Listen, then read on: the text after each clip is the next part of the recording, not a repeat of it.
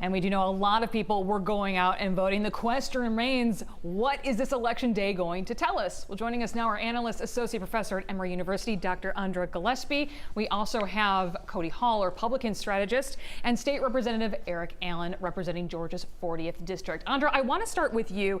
The Senate control right now is not in question. Either Democrats are going to, at worst, have a 50-50 split, or at best, they're going to have one extra vote. So do you think that that motivated certain voters, or was a lack of motivator for certain voters coming out today? I think the question would be for those conflicted Republican voters, so your Kemp Warnock, your Kemp Oliver, or your Kemp Skip the Senate race voters, whether or not the lack of Senate control might actually have demobilized them and made them decide that they would sit this election out.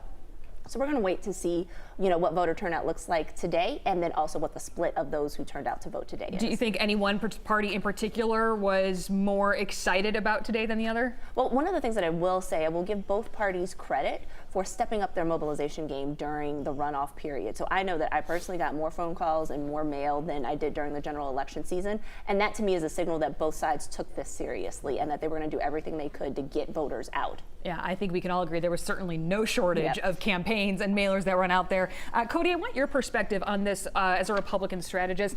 The third party candidate was kind of playing spoil sport in the last election here. Got about 2% of the votes in November. How important were those voters for this election for Herschel Walker? Yeah, I think they're going to be critically important whether or not they show up to vote or stay home. I mean, Libertarian voters have historically been the bane of our existence in Senate races lately. In 2020, Senator Perdue narrowly avoided winning outright, largely because of that Libertarian vote. So I think it's really important for the Walker campaign, obviously, in these last closing days. They were motivating those base Republican voters, but also you have to keep in mind those Libertarians as well. Do you think Herschel Walker was their preferred candidate? I think so. If you go and look at historical data, usually if you have to force those Libertarian voters to pick either the Republican or the Democrat, usually they either pick the Republican or they stay home. All right, and we are getting those first numbers in right now. I think we've got about 6,000 votes in at the moment, so still very early in this race. You see Walker leading with 65% of the vote to Warnock's 35% of the vote. Eric, our polls showed this is going to be a close race. That 65-35 clearly is not going to be what the end results are. But how do you predict the night will shape up vote-wise? Will it be a razor-thin margin? I think it will be close. I think we're going to have to really look at, as I was saying earlier, the rural counties to see where that margin is.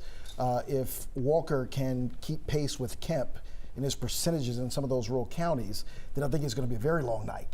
If we see that he's drastically underperforming Kemp again, I think we're going to see a repeat of election night, the general election, and it'll probably be a little shorter of a night. And is there a certain time period in the night where we can expect that kind of result? Is it 8 o'clock, 9 o'clock?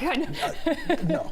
I think we won't know definitively where the trajectory is going until well after 10 o'clock. And I quickly want to get all of your input on those ads that we saw. How much of an impact do we think that actually had on this race? And Eric, I'll start with you and work my way back.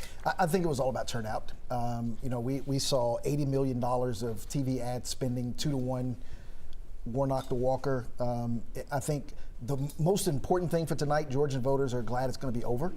And they can get back to regular programming. The one thing all voters can agree on. Yeah. But I think those were just to drive turnout of those that were already consciously going to go out and vote for one candidate or another to make sure that we had the numbers that we're looking like we're having, real strong. Cody, do you agree?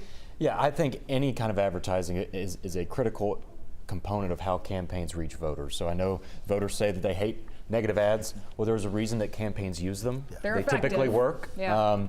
So I think, yes, everyone will be glad that this is over with, but I think those ads on both sides have been very effective because those campaigns are out there asking voters in polling and in data, are these working? And then they put them on TV if they do. And Andra, for the trifecta, you agree as well? Yeah, I mean, so, at the end of the day, I'd rather have people on doors and on phone calls than I would on the air. And I don't think that these ads changed anybody's mind, but they were negative to the point that they were actually attempting to try to drive up turnout among the base and demobilize the opponent's base. Okay. So they did what, they were doing the things that we expected them to do, or at least I understand the motivation behind putting them up. Getting to them to the polls, not necessarily to get them to pick a candidate. Or to change their minds, because nobody changed their minds. Yeah, okay. Thank you all of you so much for being with here. I love the insight in there. And Ron, we're going to send it back to you. Okay, really good discussion there. By the way, our live runoff election coverage is going to continue throughout the night. Go to 11alive.com for the very latest results as they continue to come in. We'll be right back.